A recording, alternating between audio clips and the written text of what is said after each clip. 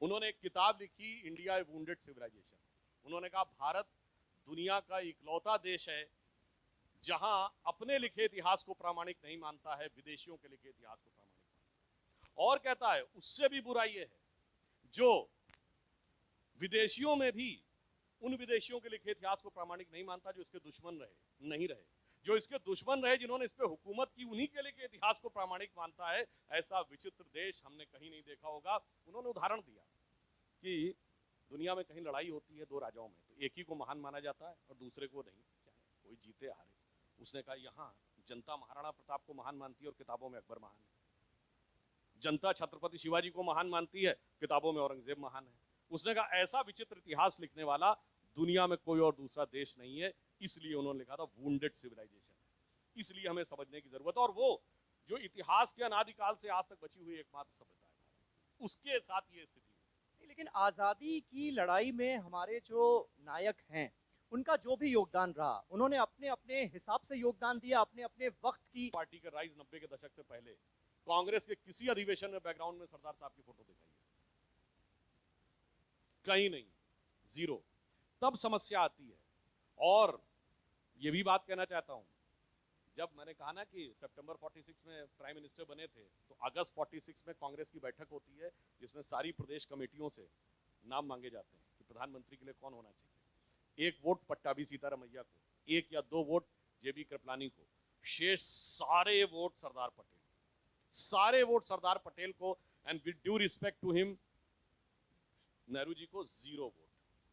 अब 0 वोट पाके कोई प्रधानमंत्री बन जाए और सारे वोट पाके कोई किनारे रह जाए, उनको हक है बोलने, उसके बाद उसके नाम पर कुछ लिखा ना जाए। अच्छा, और ये मैं कोट भी कर रहा हूं, ऐसा नहीं, India from Curzon to Nehru and thereafter by Durgadas, सारा पढ़ लीजिए। ठीक है, आपकी पूरा उस मीटिंग का आपकी याददाश्त तो खैर गजब की है, ये तो हम सब मानते हैं। लेकिन इस बार मुझे शायद बहुत से लोगों को नहीं पता हो, मजेदार, ये 2 सितंबर का दिन ही क्यों चुना गया था 1946 में अंतरिम सरकार बनाने के लिए? पता है? वो इसलिए चुना गया था कि जब नागासाकी हिरोशिमा पे बम गिरा है तो 15 अगस्त को सरेंडर डिक्लेयर किया है जापान ने।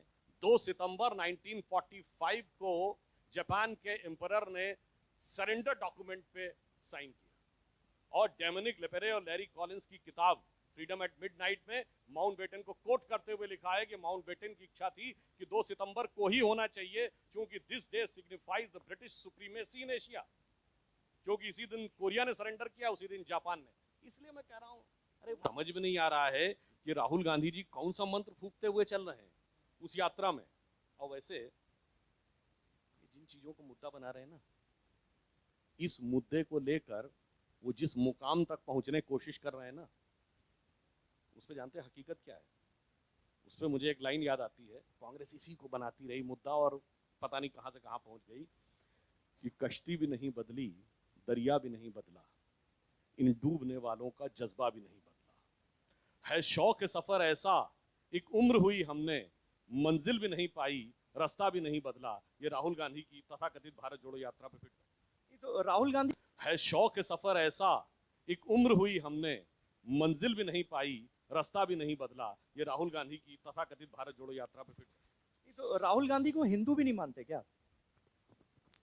देखिए, हिंदू होना और हिंदू होने पर स्वाभिमान करना, दोनों में जमीन आसमान का अंतर है। इसलिए मैं ये कहना चाहता हूं, अगर राहुल गांधी और कांग्रेस पार्टी को इस बात के ऊपर रंच मात्र भी कॉन्फिडेंस है, तो जो मैंने शब्द बोला वो शिवाजी के उस वाक्य के साथ खड़े तो हो कि राखी हिंदुवानी हिंदुवान का तिलक रख, बोलो तो कि स्मृति पुराण और वेद को साथ में रखा, मगर वो बोलने को तैयार नहीं है। इसलिए मन में संदेह उत्पन्न होता है कि उनके लिए वो क्या कहते हैं, मैं हिंदू हूं, हिंदुत्ववादी नहीं। उनके नेताओं ने कितना बड़ा अपमान किया, कहते हैं हिंदुत्व शब्द 100 साल पुराना है। अरे नानक किताब पढ़ ले, उन्होंने लिखा है 10वीं शताब्दी से हिंदू शब्द का प्रयोग। नहीं, लेकिन जब बात इतनी हिंदुत्व की हो रही